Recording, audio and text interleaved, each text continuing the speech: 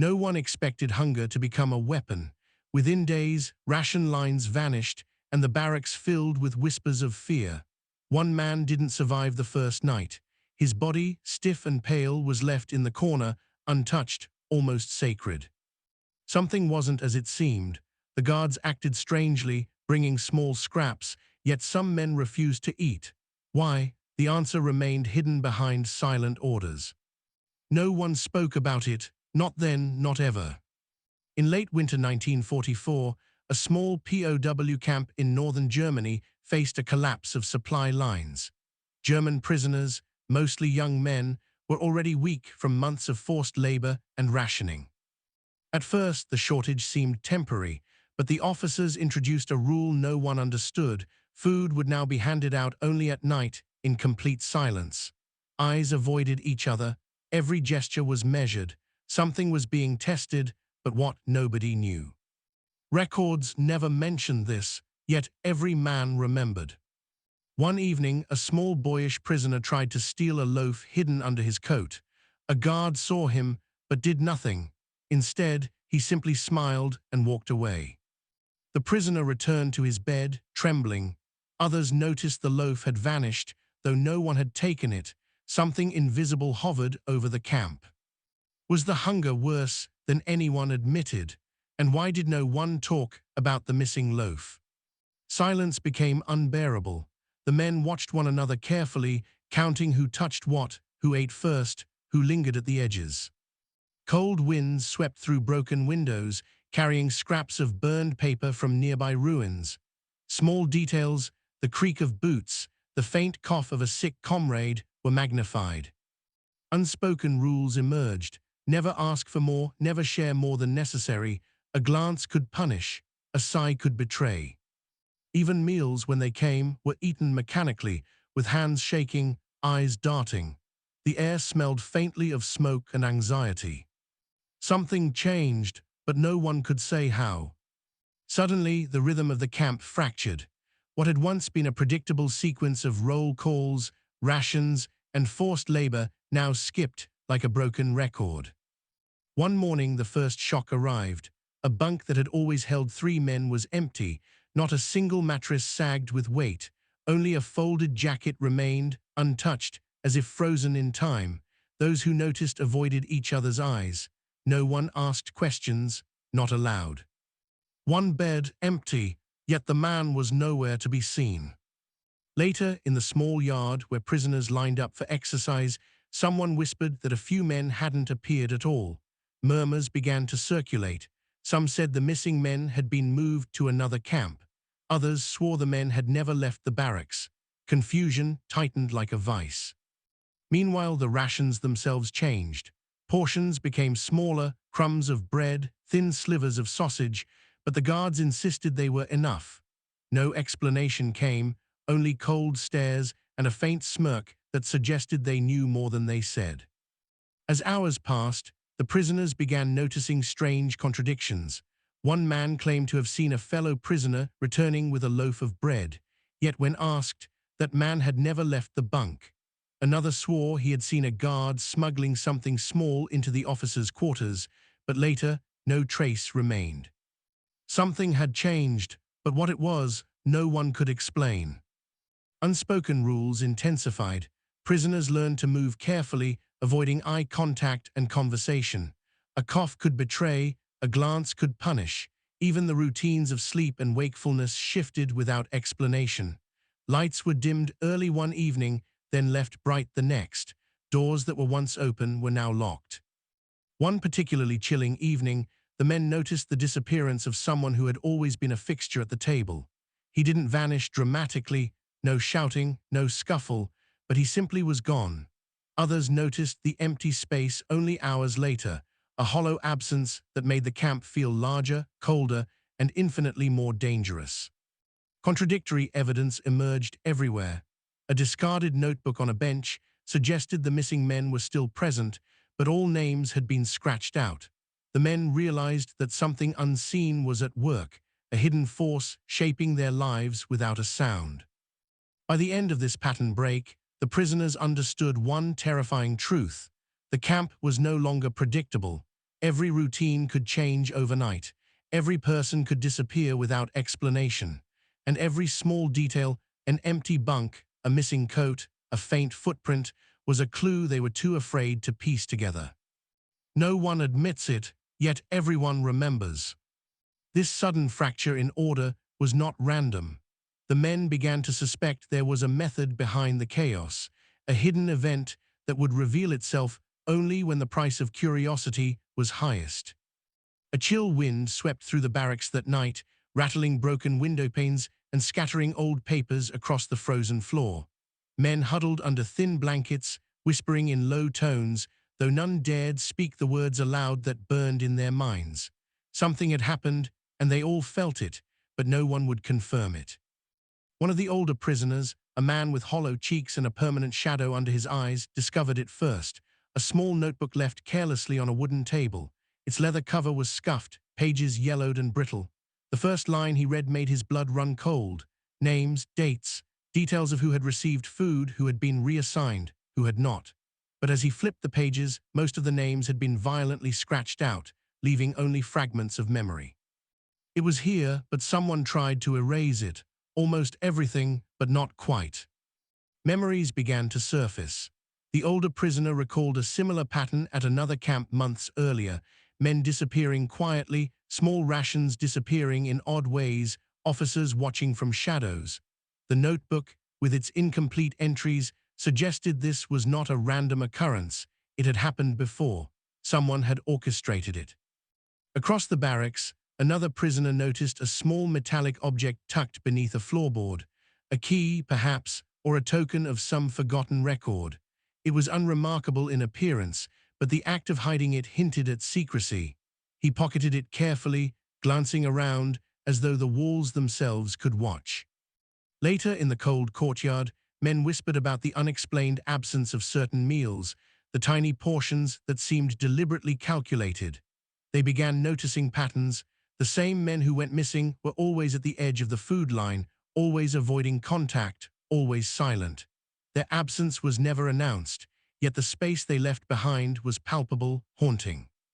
Something had happened here before, and now it was happening again. Even the guards seemed affected. One evening, a young officer lingered near the latrines.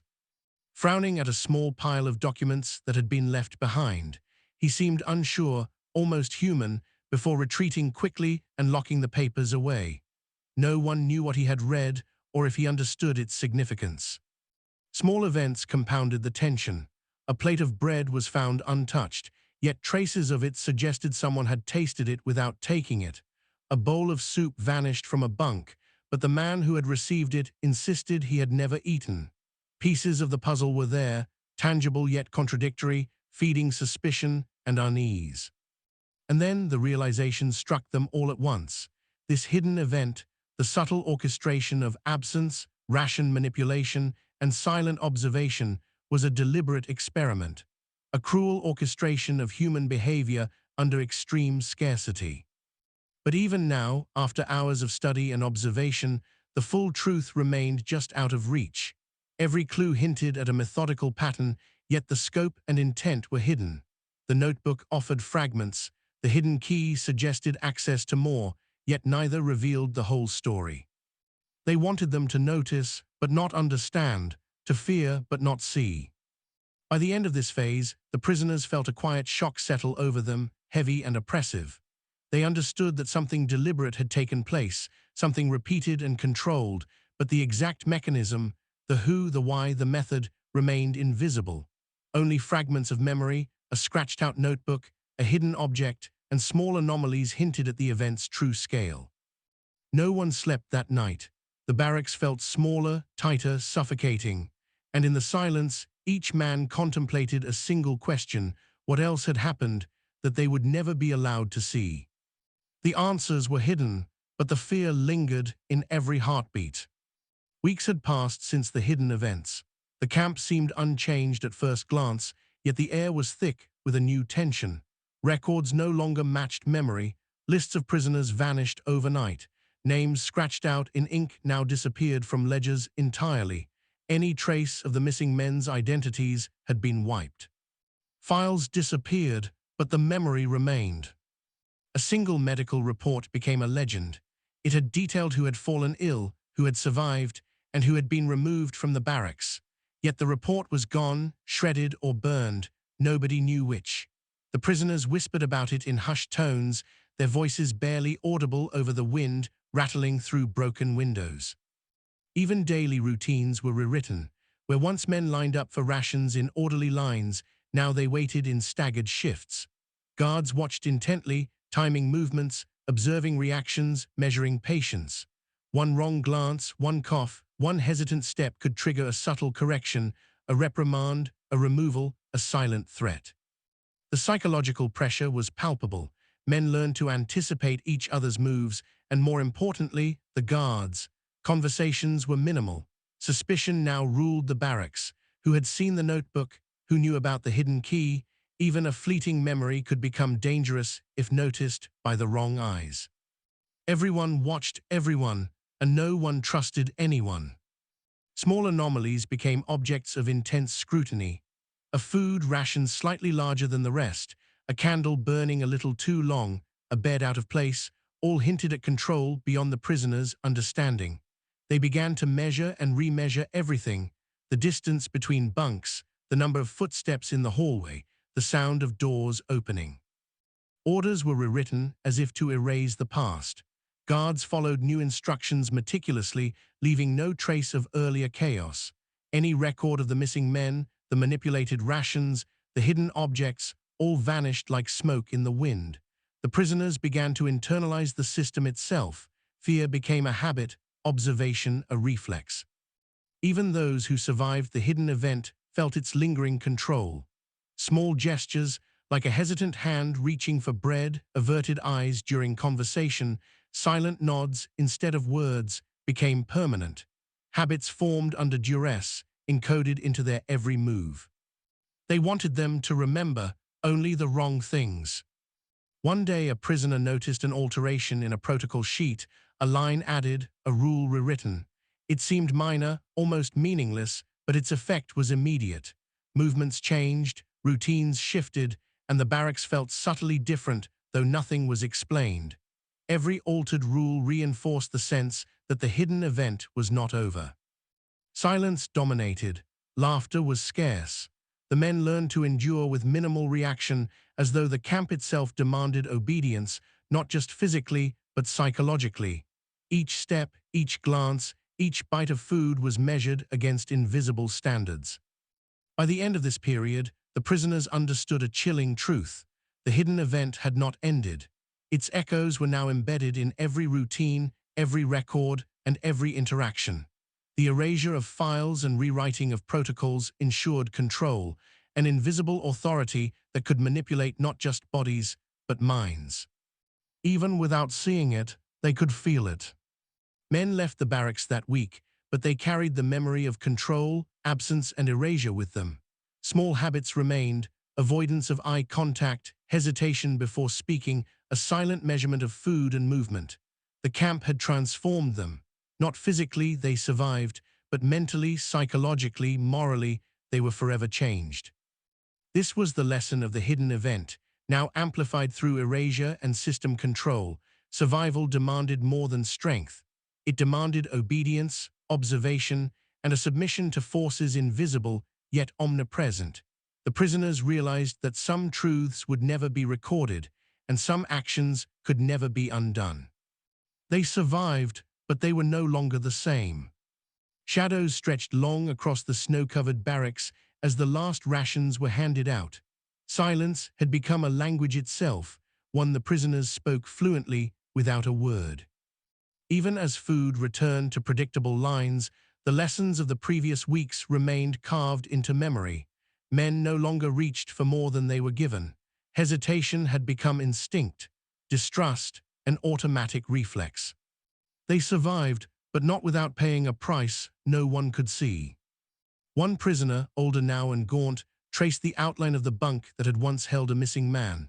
He remembered the vanished loaf, the hidden notebook, the scratched-out names. Each memory carried a moral weight heavier than any starvation. No report would ever capture it. yet it shaped every action he would take for the rest of his life. They had learned survival under scarcity, but at what cost? Some men developed permanent habits of hoarding, even in times of plenty. Others could no longer trust gestures of kindness, interpreting even a shared bite of bread as a calculated test. As the days returned to routine, a quiet tension lingered. Conversations were sparse, eyes never met for long. The camp had taught lessons the men would carry for decades, about fear, control, observation, and the silent cruelty humans can impose when scarcity is used as leverage. No one can unlearn what hunger teaches, and some lessons are darker than any war. Some prisoners later admitted that even after liberation, they measured food, calculated movements, and watched the reactions of others before acting. Habits formed in weeks of orchestrated scarcity persisted for a lifetime. It was not just the absence of food that had shaped them. It was the manipulation, the hidden orchestration, the erasure of truth, and the subtle control over human behavior. In that quiet revelation, the true horror emerged. Survival was possible, but morality, trust, and the innate ease of human kindness had been fractured. A single man looked back at the camp one last time before leaving. His eyes were steady, yet shadowed. The lessons of hunger, control, and erasure would never leave him. Some truths are never written, but they linger forever in the soul. The barracks stood silent. Snow drifted across the frozen yard. The hidden event, the erased records, the vanished men, they all existed now only in memory. And the men carried that memory in quiet discomfort, a moral tension no report, photograph, or document could ever capture. The story ends not with answers, but with reflection. When survival depends on more than strength, when scarcity is used as a tool of control, human behavior changes. And some changes are permanent. They survived the hunger, but they could never escape what it taught them.